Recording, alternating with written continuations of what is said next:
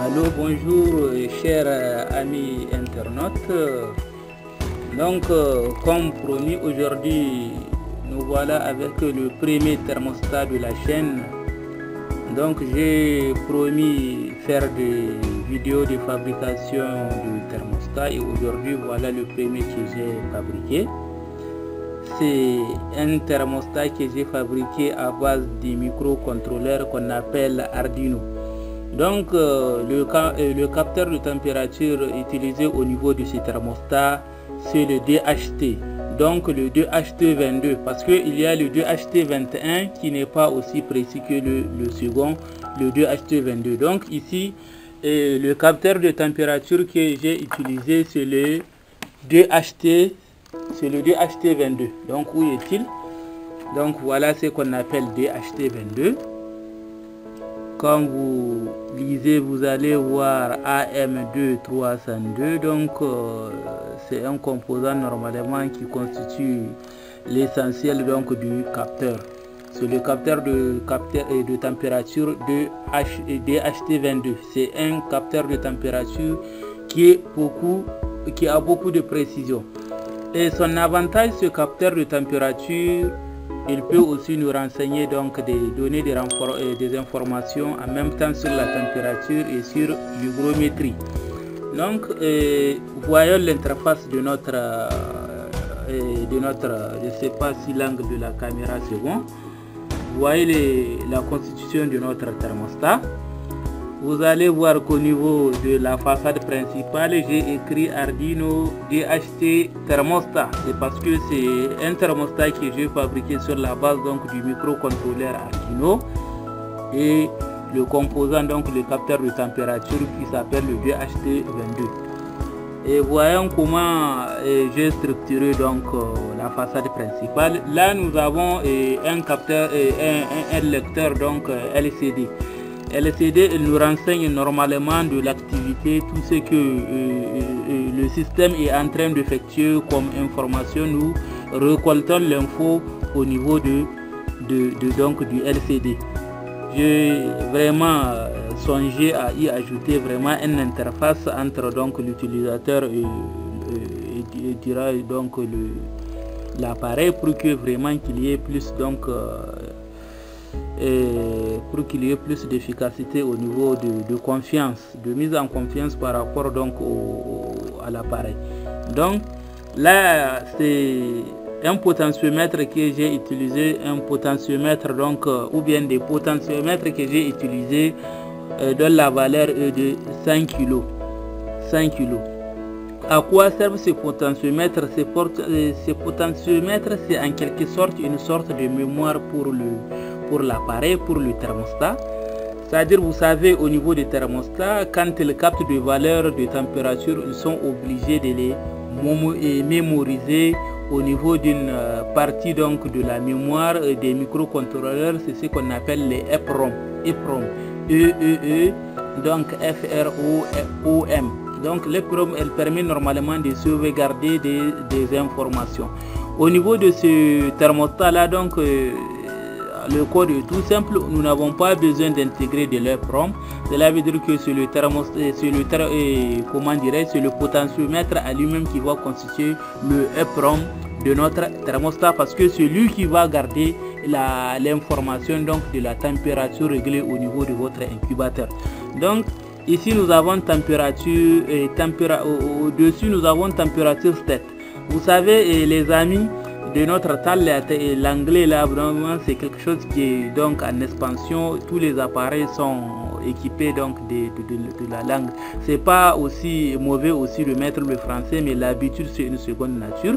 Certainement je suis francophone, mais j'ai commencé à apprendre un peu parce que mes recherches, l'ensemble de mes recherches se basent sur l'anglais, et aussi je commence à m'habituer peu à peu, bien que je ne suis pas en mesure maintenant actuellement de vous parler donc directement l'anglais, mais quand même je peux me débrouiller pour les recherches. J'ai fait mes recherches le plus souvent en anglais, j'arrive à lire mes textes, à les comprendre et puis à passer à l'action.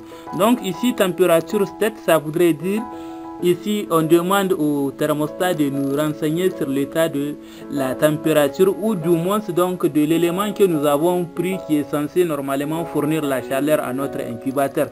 Cet élément là c'est soit une ampoule chauffante qu'on a mis au niveau de l'incubateur ou bien une résistante.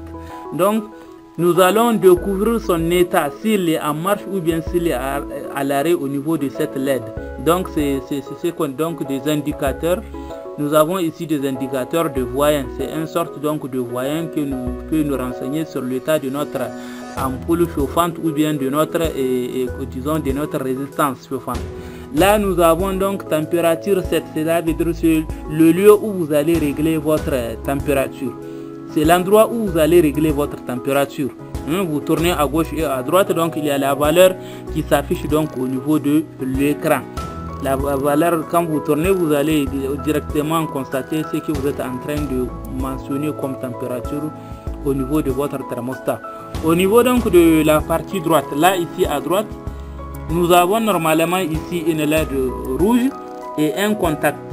Dès que vous appuyez normalement sur le contact, si l'élément donc est mis sous tension, vous allez constater ici la LED rouge s'allumer pour nous dire que maintenant notre thermostat est allumé. Il est à mesure donc de fait, donc il peut vraiment être opérationnel. Donc ça nous permet de le mettre en marche au cas et en cas de besoin. Si nous avons quelque chose donc d'autre à checker, donc on peut aussi l'arrêter. Là nous avons une LED, jaune. Elle nous permet donc ici au niveau de cette LED là nous avons H-state. H-state, cela veut dire que c'est l'humidité, humidity state, c'est-à-dire c'est l'état de notre élément que nous avons mis vraiment pour contrôler l'humidité au niveau de l'incubateur. Au niveau de l'incubateur, nous pouvons mettre un incubateur pour dégager maintenant de l'humidité au niveau de l'incubateur. Et étant donné qu'au moment de la couvaison donc des œufs, il y a le degré qui est souhaité pour chaque catégorie d'œufs. Cela veut dire que lorsque cette valeur est atteinte, notre thermostat va essayer de couper automatiquement le circuit. Je vous ai dit que c'est le DHT22, il gère en même temps la température et l'humidité. C'est le cas donc de ce thermostat là que j'ai fabriqué à base d'Arduino. Ici nous avons donc un potentiomètre, c'est un volume comme quand nous avons l'habitude de le dire. Ça c'est un volume, mais le volume là il nous permet, c'est un potentiomètre qui nous permet normalement de réguler la valeur de notre humidité.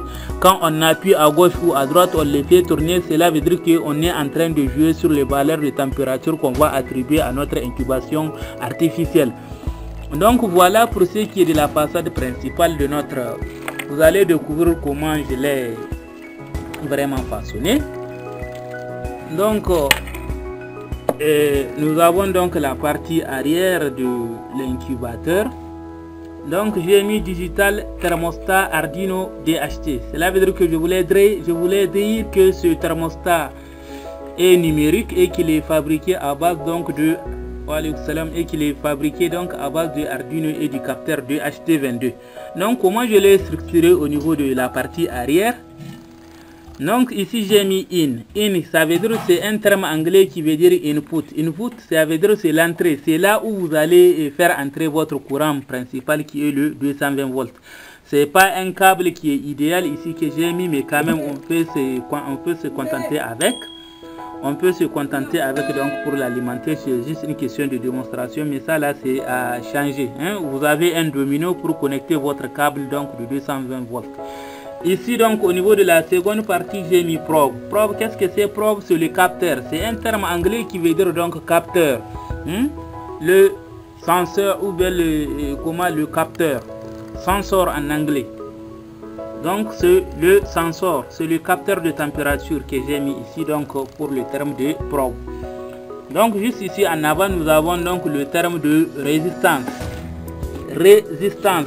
Là donc au niveau de ce câble là, donc cette partie certainement c'est bon. Comme que j'utilise actuellement du courant alternatif, donc c'est pas polarisé. Cela veut dire qu'il y a que la phase et le net. Cela veut dire que nous n'aurons pas de difficulté donc de connecter nos éléments qui seront en 220 volts. Là vous allez mettre votre ampoule ou bien votre résistance chauffante. ça c'est directement connecté à un relais au niveau de la partie com et de la partie donc normalement ouvert.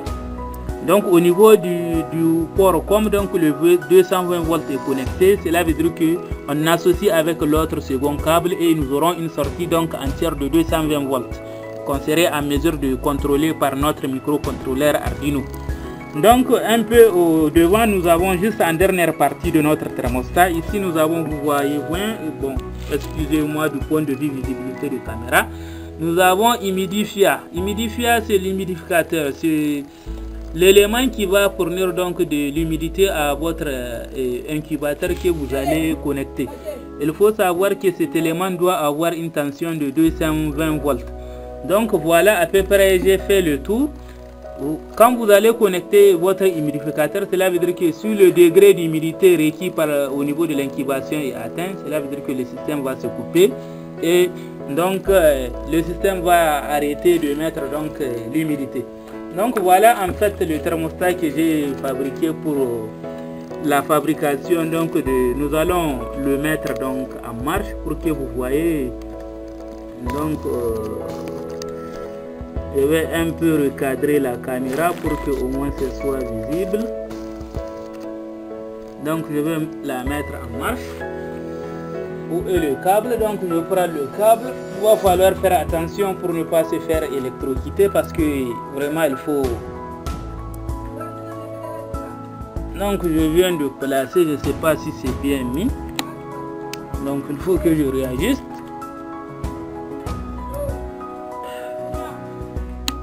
C'est bon. Nous avons donc le thermostat qui s'allume. Donc la caméra ne donne pas vraiment de bonne visibilité. Au niveau de la caméra, au niveau du tableau de bord, vous voyez déjà, nous avons ici température qui est égale à 29. Désolé pour la... je vois qu'au niveau de la caméra, l'image n'est pas nette. Je ne sais pas le flou se dit à quoi. Certainement c'est un problème de réglage. C'est un problème de réglage. Oh, ça s'éloigne, donc c'est pas tellement visible. Donc tout compte fait, ici nous avons une température, donc T veut dire température, c'est la température normalement actuelle au niveau de notre... Je viens de toucher le système, c'est pas du tout stable, vous m'excusez. Il va falloir vraiment qu'on le... soit stable pour ne pas... Donc chers amis internautes, voilà.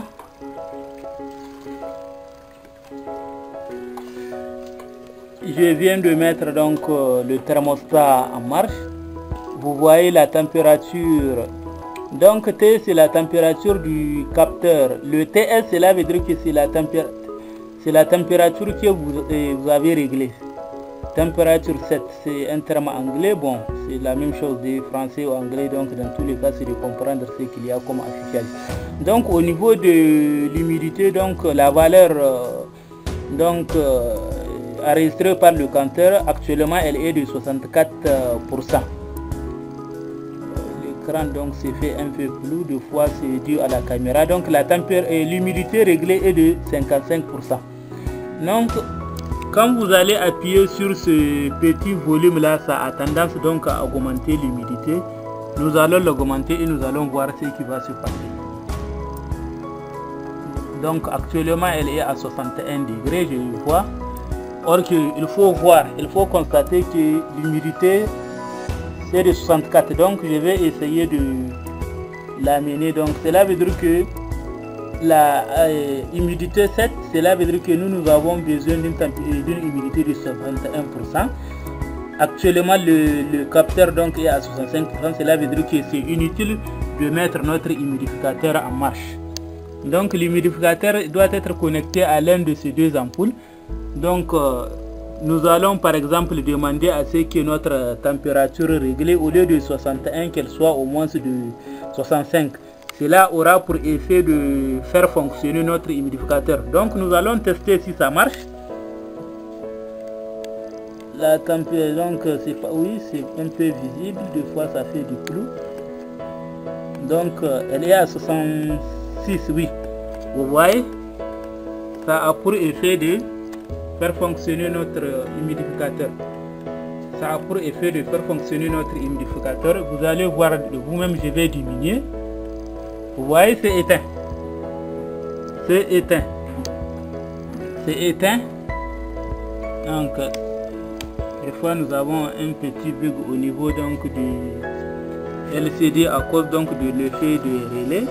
Et surtout que c'est un circuit qui a été fait manuellement au lieu d'un PCB.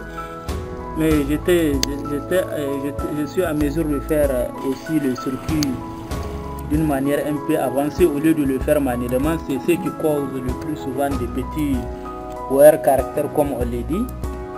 Donc ici, la température réglée, température 7 est de 28 degrés. La température du capteur actuellement, c'est que nous sommes en saison pluvieuse, donc il y a de l'humidité dans l'air. La température ici captée, elle est de 31 degrés. Donc vous allez voir de vous-même, je vais élever donc la température. Vous allez voir que notre chauffage il va vraiment, donc il est déjà en marche. Vous le voyez? C'est déjà en marche le chauffage parce que la température est atteinte. On peut faire de même au niveau de l'humidité. L'essentiel, il faut manipuler, donc je manipule les deux. Donc cela veut dire que de l'autre côté aussi la température, on augmente les... Et vous voyez donc la température et l'humidité, donc les deux sont en marche. Hein? Donc avec ça vous avez vraiment un incubateur vraiment très complet.